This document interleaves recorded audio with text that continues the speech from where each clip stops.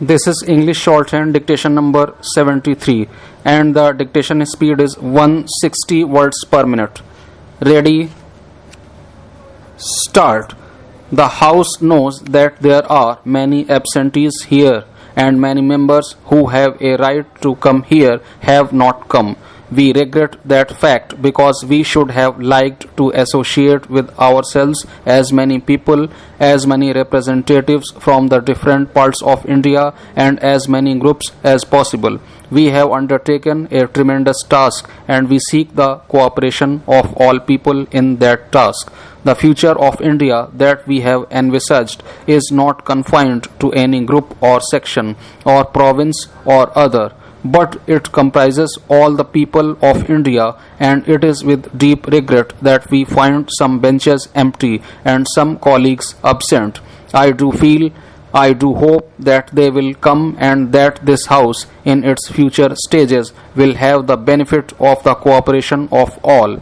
Meanwhile, there is a duty cast upon us, and that is to bear the absentees in mind, to remember always that we are here not to function for one party or one group, but always to think of India as a whole and always to think of the welfare of the people of India. We are all belonging to this or that group, and presumably we shall continue to act in our respective parties. Nevertheless, the time comes when we have to rise above party and think of the nation. Think sometimes of even the world at large, of which our nation is a great part.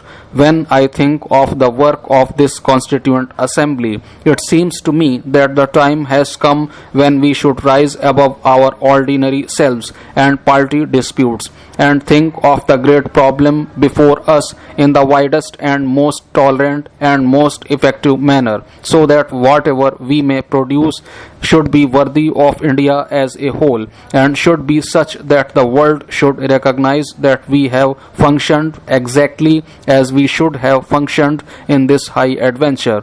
There is another person who is absent here and who must be in the minds of many of us today, the great leader of our people, the father of our nation, who has been the architect of this assembly and all that has gone before it, and possibly of much that will follow. He is not here because in pursuit of his ideals he is ceaselessly working in a far corner of India, but I have no doubt that his spirit hovers over this place and blesses our undertaking.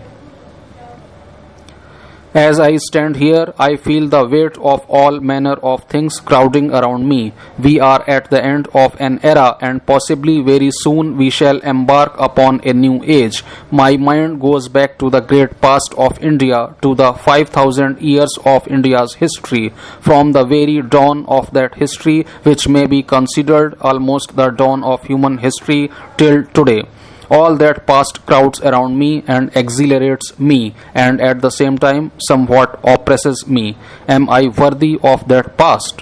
When I think also of the future, standing on this sword's edge of the present between this mighty past and the mightier future, I tremble a little and feel overwhelmed by this mighty task. We have come here at a strange moment in India's history. I do not know, but I do feel that there is some magic in this moment of transition from the old to the new.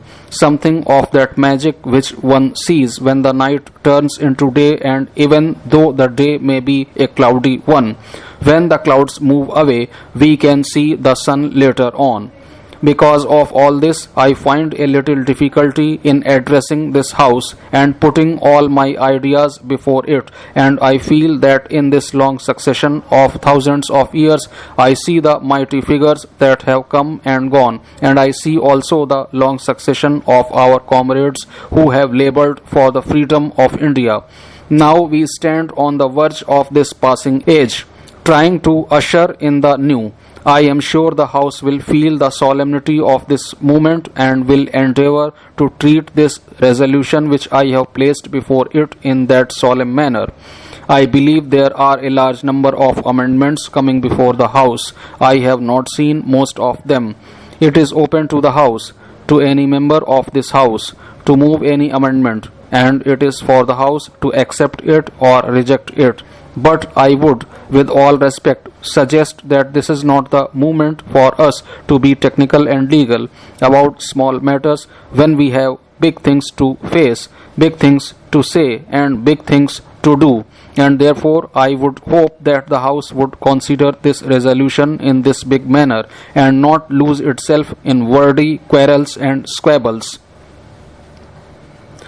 I think also of the various constituent assemblies that have gone before and of what took place at the making of the great American nation when the fathers of that nation met and fashioned out a constitution which has stood the test of so many years, more than a century and a half, and of the great nation which has resulted, which has been built up on the basis of that constitution.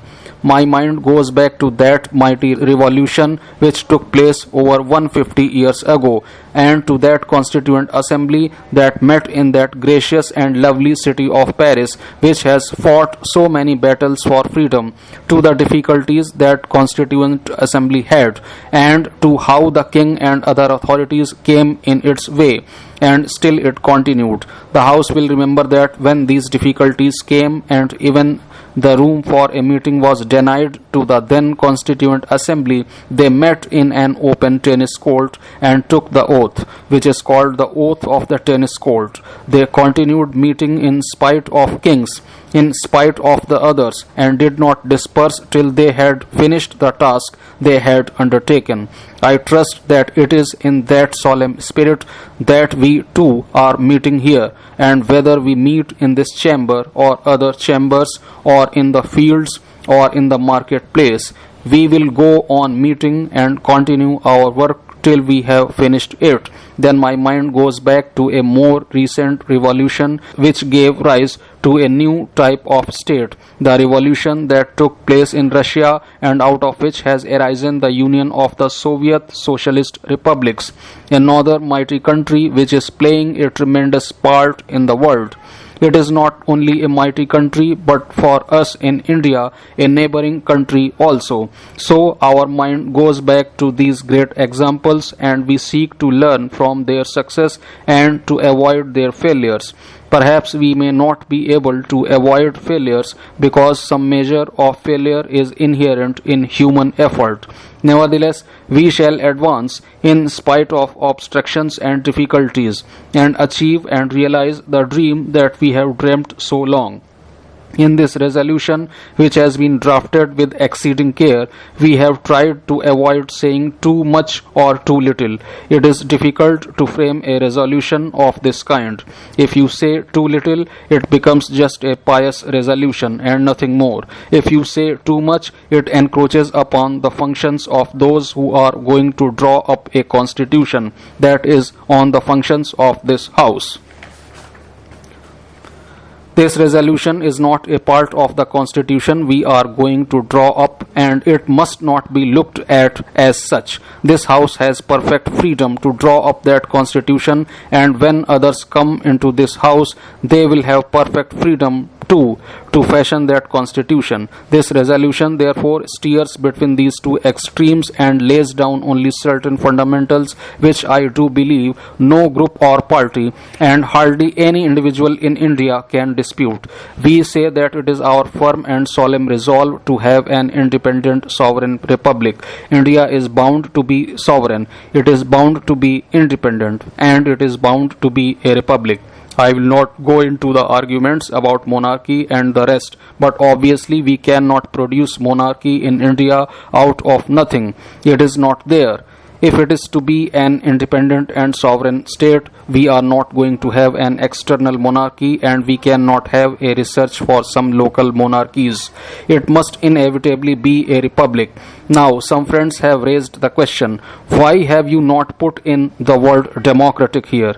I told them that it is conceivable, of course, that a republic may not be democratic, but the whole of our past is witness to this fact that we stand for democratic institutions. Obviously, we are aiming at democracy and nothing less than a democracy.